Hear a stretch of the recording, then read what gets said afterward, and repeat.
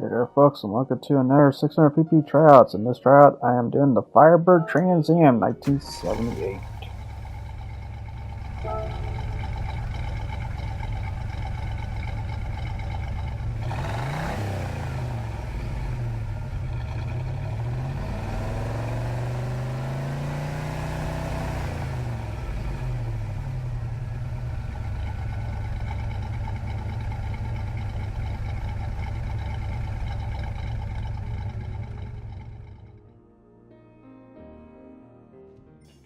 So here's the parts I bought for this one. Yeah, V8 cylinder of 1978. It's for a FireBird motor. It's overall not a bad motor. Sent at 535, 529.6 foot per pound. Pretty crazy. That part. Especially for something that's in the almost the late 70s, which yeah, at that point you had to deal with the whole fuel economy crisis or oil crisis, whatever it was called back then. But yeah, it's not bad technically in full tune. Not great either, but yeah. At least it puts it up to the 600 pp performance, surprisingly.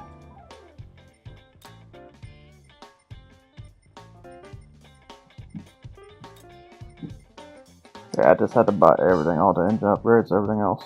With the weight of 3,217 too. It's kind of mild heavy, but not that heavy. Yeah, here's the rims I use for this one, which are not normally white. I colored them yellow, but yeah, you put 20 inches on this. Give them a new dong, basically. You got a donk. Ridiculous looking donk. Sure. And spoilers, so yeah, I decided to go a bit more in depth with spoilers now, so when I get to the spoilers, I'll probably show the low and highs for that too now. Well, the last other times I didn't do that. I will try to get more in depth and showing things. Here's the light bulbs, went with the warm because it is a FireBird. It's fiery. And where the license plate at is if you put it in the front. Because I don't just have the standard license plate. Because yeah, you can paint even over the regular license plate. Except for just like the regular one. And gold Brembo brakes because gold rims what technically came with. But this is the BBS one. Here's the tune-up, which basically I adjusted the body height just a bit more.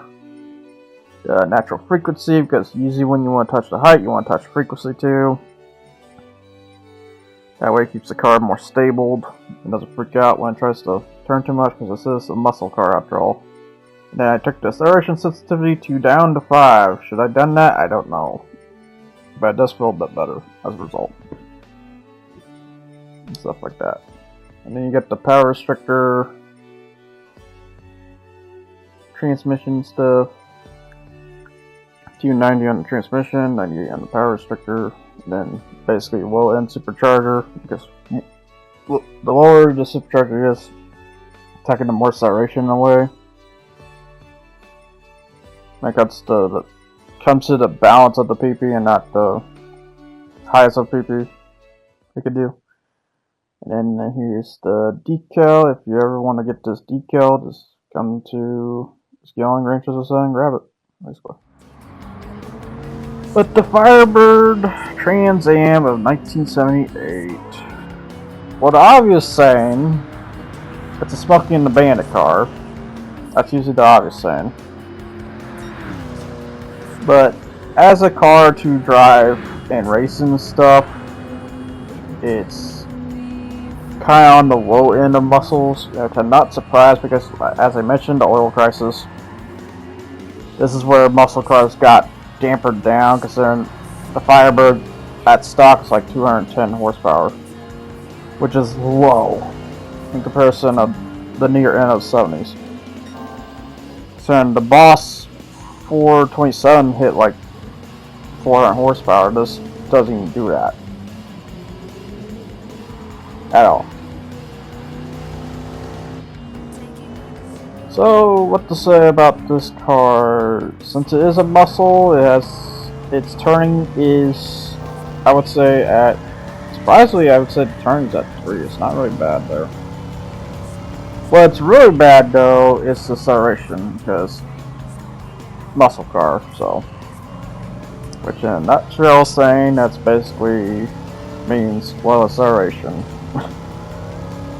See, it's kind of funny that people take muscle cars in drag races and stuff when muscle cars were just never that great on the acceleration factor. They were more great on the speed factor, but the problem is we had a garbage transmission, so therefore you could never really utilize the speed of the car because it only hit like 120.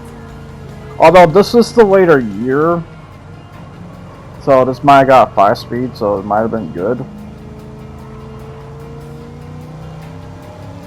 But I would say, yeah, it's very much a movie car that they added. Hope to see more movie cars, because we got the DeLorean of Back to the Future. We do not have Knight Rider's V28 Camaro or FireBird. I can't remember if that was a FireBird or it was a Camaro. It's one of the two, because the fun part about when it comes to FireBird, the FireBird is basically the Camaro Z28 too, is the funny part. Which that FireBird basically shared platforms with the Camaro until like I want to say 2000. After 2000, then the FireBird, I think the FireBird just went basically after that. So then they went back to do the GTO, which the GTO was based off the Holden sedan car, which surprisingly don't have that. And then the other one's the GAXP or something like that, it's called. Yeah, this is one of Pontiac's great cars in a way. You know, I heard a lot of engine reliability problems and wires and crap it was known for, but otherwise, yeah.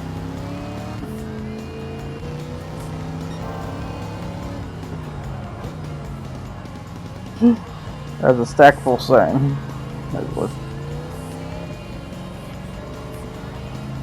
Yeah, in terms of look-wise, if people had to debate, I think a lot of people like the FireBird design more, way more than the Camaro, even though I think they had different motors.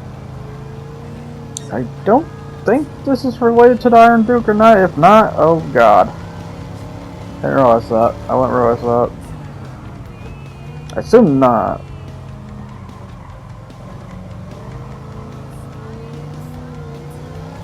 Here we go to the straightaway here with tangent again.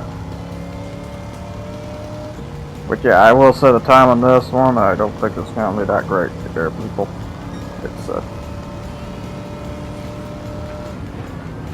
1:15.495, so didn't really disagree on that fourth one. But yeah, in terms of where it's in at, it's pretty bad.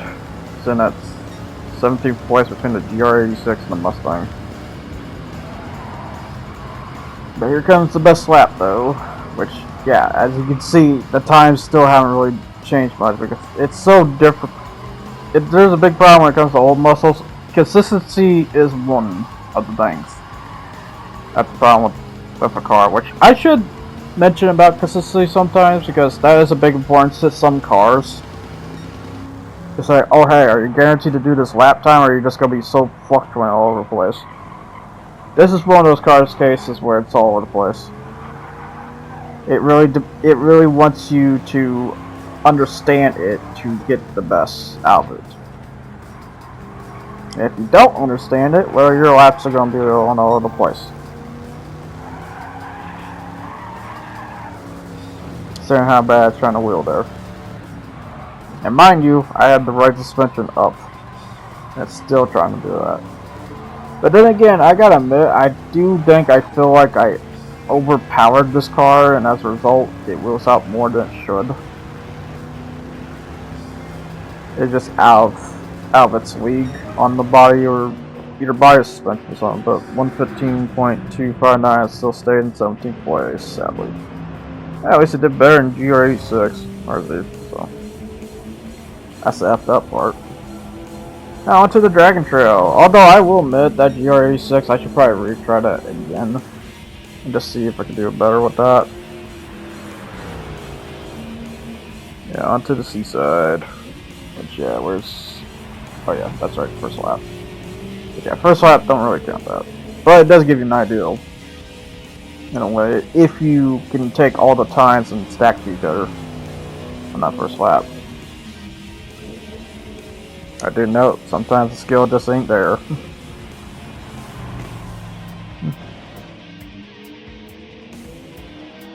Yeah, I hope people like the decal. I kind of feel like a Guy Fieri the car, but I hope it really didn't.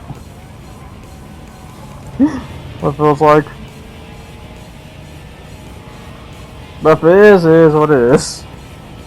It feels like a Macho Man Randy Savage hit.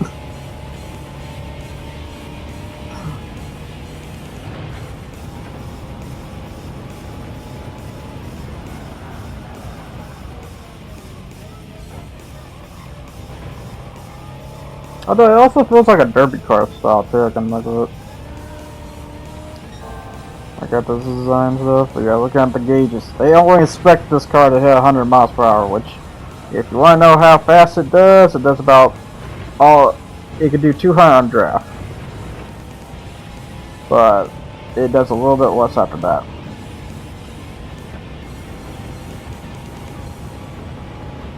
Yeah, they really don't expect this car to go that fast.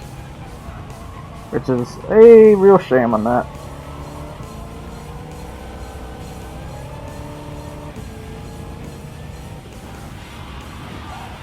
Yeah, here we go with the engine glitch. I hate this glitch. When you sometimes shift your camera, it does that.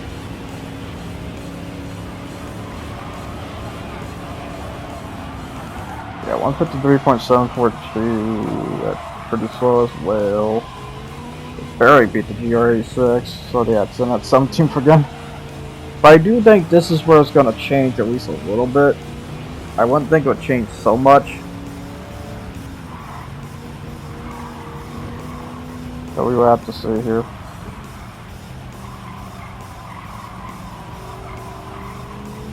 Yeah, I just try to think what... Well, the reason why I had to make this decal for one thing, too, on top of it, because over time when I had this car, it was in a bronze brown, which is what you saw during the switch up. It had the logo, but at some point, through the updates of GT7 stuff, the decal on the hood just vanished. Which, you want to see more of that, just check on one of the weeklies here. And such. I think the 20th one, for example. I think that one, but I can't remember. Yeah, now back through the chicane. Which I don't mind chicanes. You just have to understand how to sway through. It's like, I used to do Wreckfest tryouts. Because like I said, I did a lot of tryout experimentation. Because I always had an interest just to see how fast I could push the car at the end of it. What kind of enjoyment can you get out of it? Besides, just leaving it stock and just, deal with the enjoyment it has on hand. That's usually not that fun to do. It's more fun to tune and then pit them against a balance. Just see how bad or just how good it could be. Essentially. Yeah, we're still at the same time because as the saying goes, consistency is a beat with this car. I try to give it all I could though.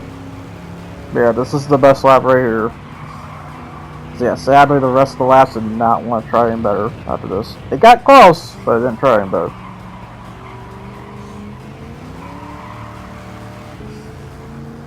But yeah, as a tip when it comes to doing these time trial like shenanigans, always check your time menu, which is basically the mini menu on the bottom right there, or just those course map, which I can't flip that around. If I was able to flip that around, I would dang well would. but I can't flip that. So just stuck on the course map.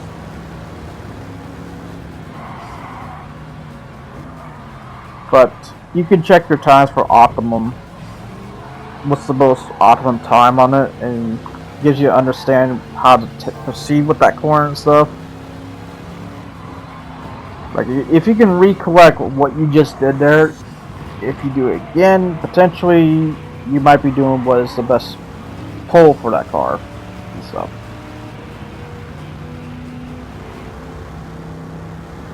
This is a good part. So here we go with the last turnaround here.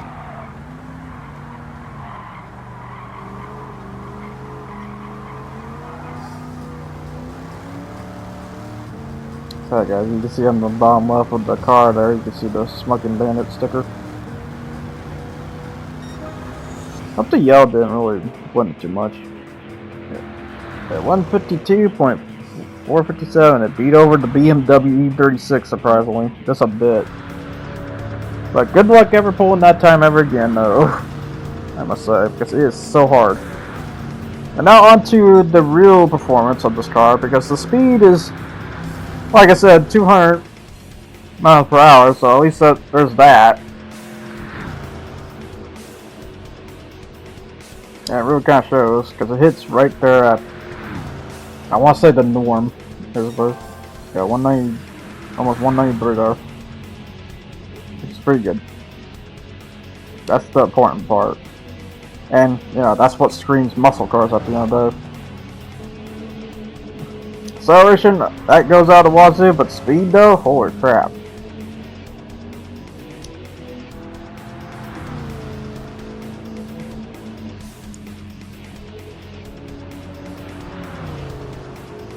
But that is the technically the fundamental flaws that we basically deal with muscle cars. I think even now this day, muscle cars ain't that really great on the acceleration factor. So in the Mustang I recently did was not that great. Was a basic Mustang GT? Yeah, it's pretty basic because I haven't did the Shelby GT. I don't think it's 350 or not. I'm not talking about the old one. I'm talking about 350R. Yeah, that's what that one's called.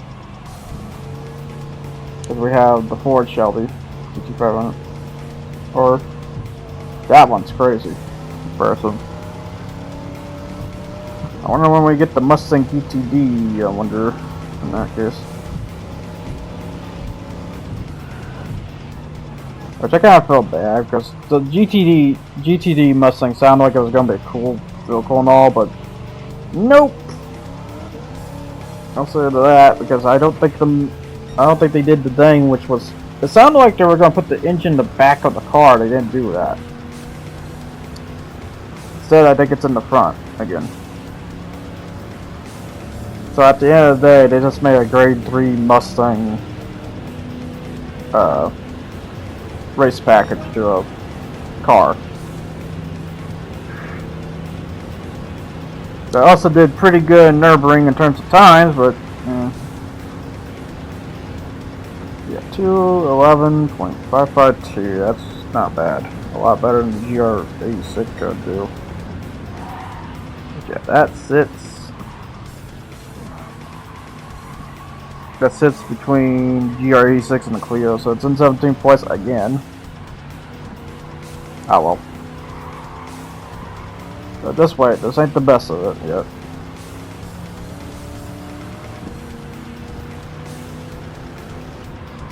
But yeah, the tryouts for the next one's gonna be interesting, I'm sure. Because I am gonna use different track layouts instead of not the same ones. Although it does make me wonder, should I at least use one that's kind of the same? Because I will say, this is great for just speed performances for like, I want to say till like 670 for this track. But the problem is, for 670, I'm using another Tokyo Expressway track, so probably not. For 670, but so probably at 650. But I'm probably gonna use the other way around, which is the reverse layout. I'm thinking. That way it's at least a little different.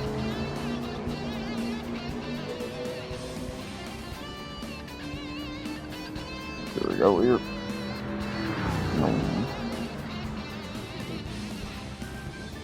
Yeah.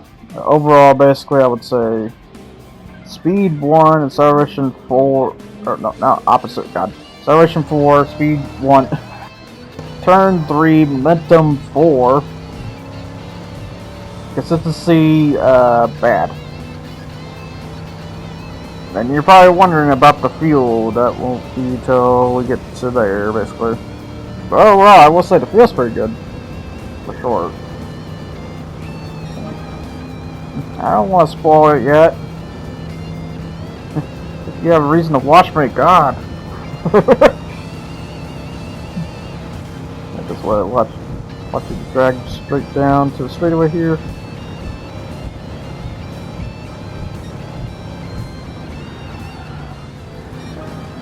Got this happen around the 7th lap, which yeah, 2:11. So I got better. Just to beat the Clio, so now it's in at 16th place. Yeah, its time on the tuning was 2:10.4 something, if I recall. Yeah, eventually I did got it down once again. Cause yeah, I will say during that tuning I did a really good lap on that. But now I'm about to do even better. Also, with this one. So let's say it was a bit better.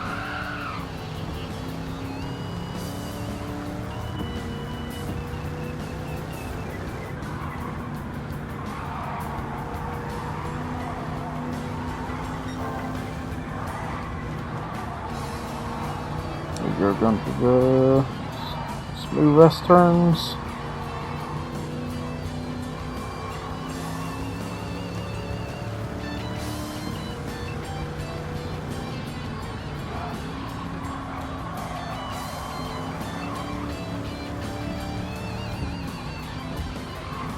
At least I could kind of say though, I am actually kind of impressed with this because this actually ain't bad for a car for performance like this.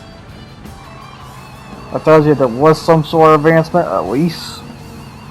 But yeah, I will say I think the Trans Am name is the sport, or the American sport racing. That's what we did down here back then. I think it still is a thing. I would assume it is. But basically, Trans Am is basically the muscle racing league.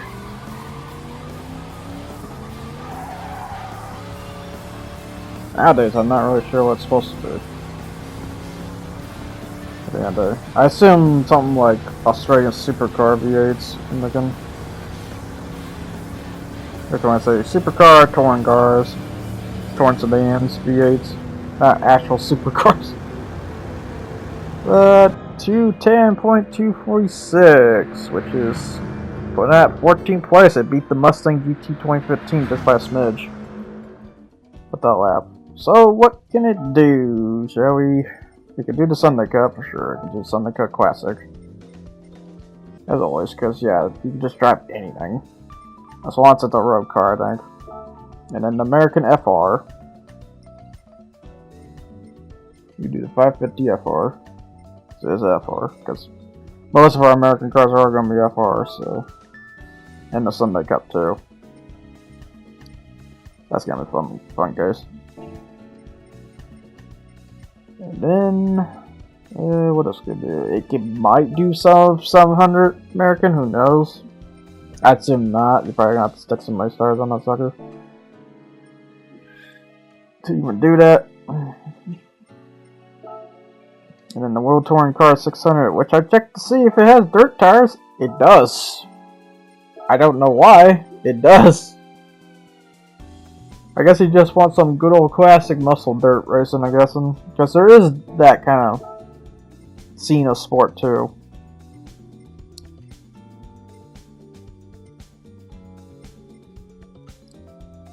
I'm trying to think what else could it be. There's oh yeah, historic sports car, since it is an old car.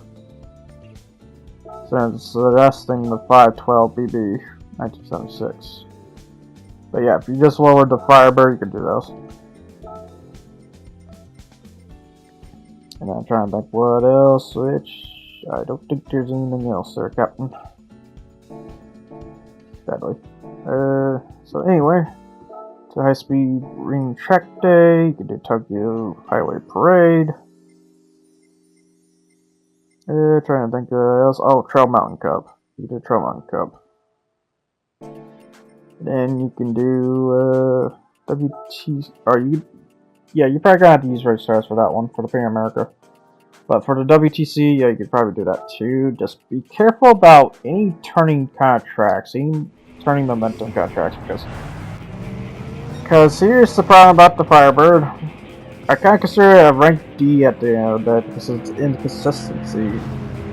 Does it have great fuel? Yeah, I could do 8 laps of fuel, but overall, the Firebird is just kind of there. It's debatably can do things. It just can't do everything. So be careful of some courses I just mentioned there that you can do, because you might not be able to do. Because simply, the Firebird has not great corn potential. It is what it is. And considering the NSX passed me here, so that tells you that more of a reason why it's a rank D. But at least it's a little bit better than the GR86, which the GR86 is the worst right now, still. The only reason why the GR86 is good because it's high fuel mileage. But if I have to draw a comparison, it hits between there and the other old muscle classes that will soon eventually appear on this list eventually. But yeah, I will be still doing these tryouts for the 600 PPs. I'm just going to be going back and forth between 600 to 650 when that time comes. That'll be the other big thing to mention. Yeah, trying to chase after Gallo here. And a Firebird. How am I doing this? As they say. But that basically wraps up for me discussing about this car at the end of the day.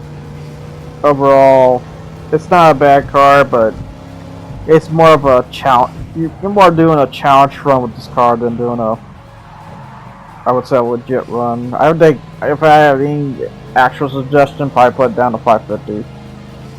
I'm thinking. I think it would do better there than the 600. The 600, it just feels like the car is pushed to so much degree. It's still achieving it though, at least.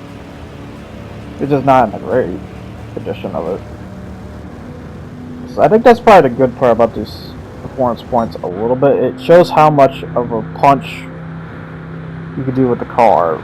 Now, should the performance points should be pushed further back for this car? Yeah, but here's the thing, if it does, then I can't take it to the 600 PP league. Because if they update it to lower the PP for this, then the car's not suitable. Because I already got like most there for the engine upgrades and stuff. Any further would just kick it out, basically. If they were to change the PP to lower on it. Which, can it go lower? Yeah, it could, but then you have the engine upgrades to worry about. For the, well, I would say for the base model, because I will say it can get engine swap, which for some reason, I guess I just didn't toss the engine swap here, which on that part. But I can engine swap into a C7 Corvette motor, so if you want to stick 1,000 horsepower in this sucker, you can. I will say, I don't know if the body's going to handle that though. And considering you're still stuck with that 5-speed too. Because I will say, whatever transmission these cars get for race transmission, you're stuck with that 5-speed and stuff. Because the example I could say is the GTO twin turbo with the Scooter motor, it has a 5-speed. So you're stuck with a 5-speed transmission. But yeah, that basically wraps that for me to talk about the FireBird Trans Am tryout. I hope you guys enjoy watching the rest of this, and I'll see you guys next time. You guys take care. Well done.